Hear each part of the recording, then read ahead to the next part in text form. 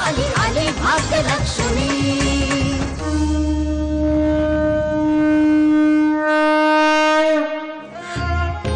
आई भिराई, मला माहितीये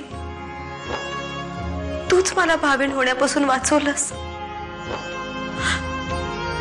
पण माझ्या वाट्यातलं दुःख माझ्या बयोच्या नशिबी नको येऊ देऊ ग। माझ्या बयोला वाचव ग। मला माहितीये तू माझ्या बयोला भावीण होऊ देणार नाही, तू तिच्या पाठीशी उभी राहशील। आई, जगातल्या कोणत्याही स्त्रीवर तू अन्याय होऊ देणार नाही। दुष्टांचा सर्वनाश करणारी तूच काली माता आहेस, तूच महिषासुरमर्दिनी आहेस, तूच चंडिका आहेस। भयोसारख्या निरागस मुलीचं आयुष्य उद्ध्वस्त करणाऱ्या बाप्पाजींचा डाव उधळून टाक। तुम्हाला इथे त्यांना कोणी बघितलं नाही ना? नाही। हे बघा, मला गावातल्या भिराई आईच्या देवळात पूजा घालायची, पण देवी देवळात नसताना? म्हणून तर तुम्हाला बोलवले। सूर्या आणि सरिता जसे पूजा करून बाहेर येतील त्याच वेळेत ती मूर्ती त्या जागेवर ठेवली पाहिजे। बाईसाहेब, तुमचं काम झालंच म्हणून समजा।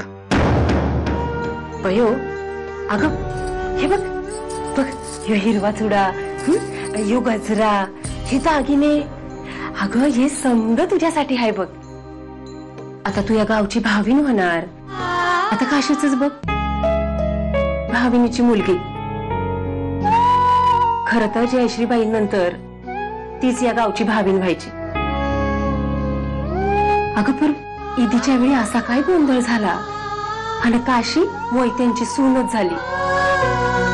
राईन लग्नाच्या वेळेस तुझं कुकू पुसलं गेलं बघ। आणि आता हे भावीण होणं तुझ्या नशिबी आलं।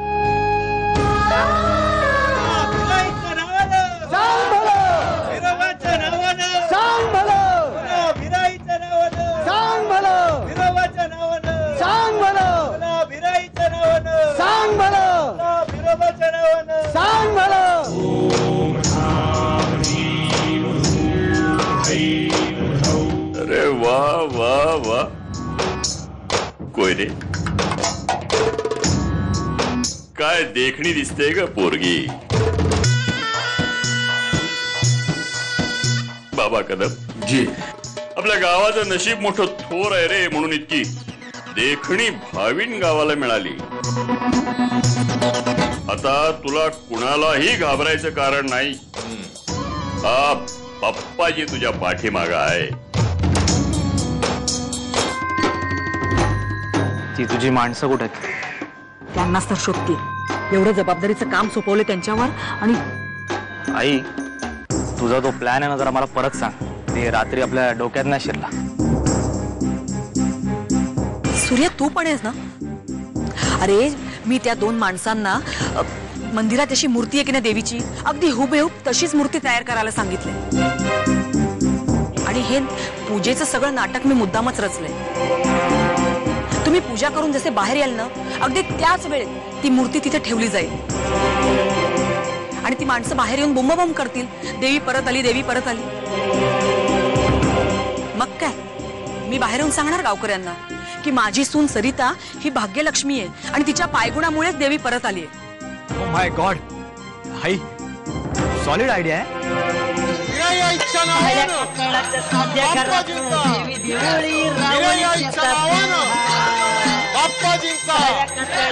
आई भिराई, प्रत्येक वेळी तू माझ्या मदतीला धावून आलीस, तशीच याही वेळेला धावून ये ग।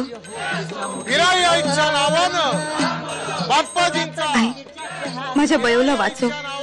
गृहमंत्री संपतराव जाधवांना लवकरात लवकर इथे येऊ दे। ते जर वेळेत आले नाही ना, तर माझ्या बयोचं आयुष्य उद्ध्वस्त होईल ग। आई भिराई, लवकरात लवकर त्यांना इथे येऊ दे।